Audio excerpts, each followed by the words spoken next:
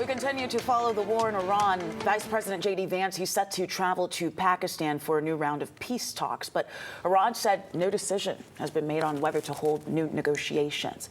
As traffic is a key shipping route, in a key shipping route is still at a standstill. Right now, the Strait of Hormuz closure isn't impacting Georgia gas prices as dramatically as other parts of the country. And AAA says that is because of our state's gas tax suspension. You're seeing the average that we've been seeing recently here.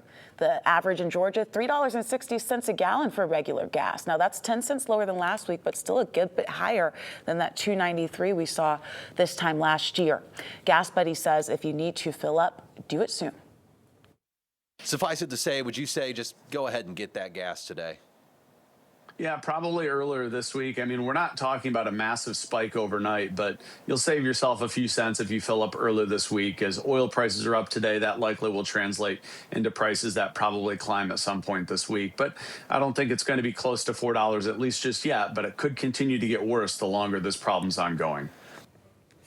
Well, this comes as Iran's military has vowed to retaliate after the U.S. Navy fired on and seized an Iranian-flagged cargo ship. This was near the Strait of Hormuz as part of the military blockade.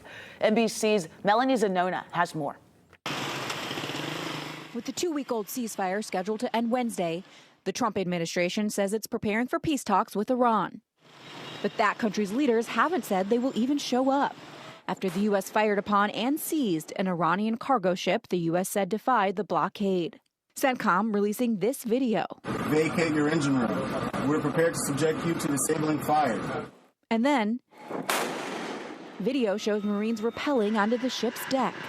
President Trump warning Iran to make a deal or face losing all power plants and bridges.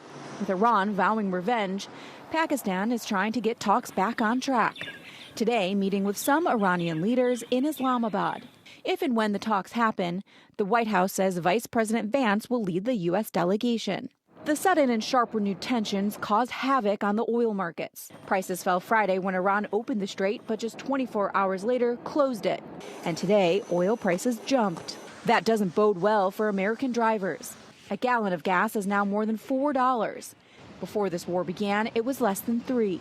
The Energy Secretary says that price is still a ways off. That could happen later this year. That might not happen till next year. But prices have likely peaked, and they'll start going down. Though President Trump told a news organization his cabinet secretary is, quote, totally wrong, and prices will go down as soon as the war ends. The war is taking a toll on the president's approval rating. A new poll from the NBC News Decision Desk reveals more than 2/3 of the country disapprove of the way Trump is handling the war. He fares just a little better on his job performance, with 37% saying they approve and 63% saying they disapprove. Gen Z had strong opinions about the job that President Trump is doing.